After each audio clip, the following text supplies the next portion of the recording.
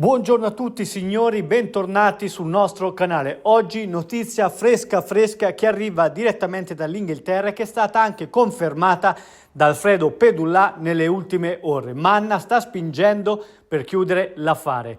Scopriamo insieme tutte le ultime mosse di mercato del nostro Napoli in questo video, ma prima vi voglio ricordare di iscrivervi sul nostro canale, i signori di Napoli, di attivare la campanella delle notifiche e se vi va vi potete abbonare per sostenere il nostro canale. Detto questo signori, allora come sapete il nostro Napoli è alla ricerca di rinforzi da piazzare per il reparto offensivo.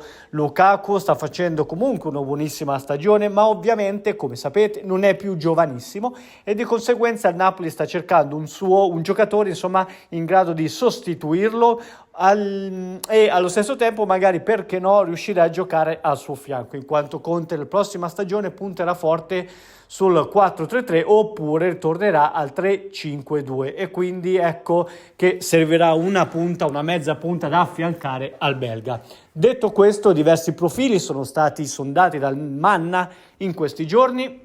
Sugli esterni resiste il nome di Garnacho, di Kulusevski, del Tottenham, ma attenzione perché in queste ore Manna sarebbe in Inghilterra per provare a chiudere un colpo direttamente dal Manchester United.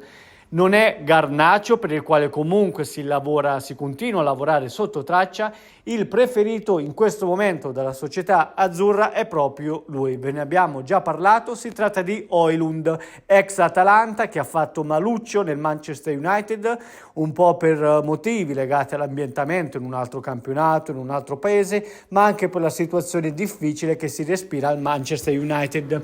In questo momento il Manchester chiede per Højlund la bellezza di 50 milioni di euro. Attenzione però, ovviamente una cifra un po' pompata, non vale questi soldi, seppure Højlund sia ancora molto giovane, perché non ha fatto bene, quindi la sensazione è quella che si riuscirà a chiudere anche per una cifra inferiore, magari perché no, sui 35-40 milioni di euro. Il Napoli soldi li ha perché ha incassato da Kvaratskhelia e la prossima estate incasserà da Victor Osimhen. Attenzione perché lo United ha chiesto Osimhen in cambio, si starebbe parlando di appunto di famosi 75 milioni della clausola rescissoria, ma il Napoli in questo momento vorrebbe trattare Højlund in maniera separata, ovvero vorrebbe portare in azzurro Højlund indipendentemente dall'affare Victor Osimhen, per il quale il Napoli vorrebbe 75 milioni di euro cash senza contropartite o comunque senza inserire all'interno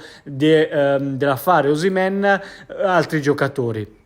Il Manchester United sta monitorando attentamente la questione di Victor Osimhen, che per Amorim sarebbe il profilo ideale per rilanciare in maniera definitiva lo United, che in questa stagione negli ultimi anni sta facendo molta fatica. Attenzione quindi, il profilo di Højlund molto gradito dalla società, leggermente di meno da Antonio Conte, che preferirebbe comunque avere un profilo più pronto tra virgolette, ma non scordiamoci che Højlund con l'Atalanta ha fatto benissimo prima di trasferirsi allo United. Quindi attenzione, notizia in queste ultime ore direttamente dall'Inghilterra e confermata da Pedullà.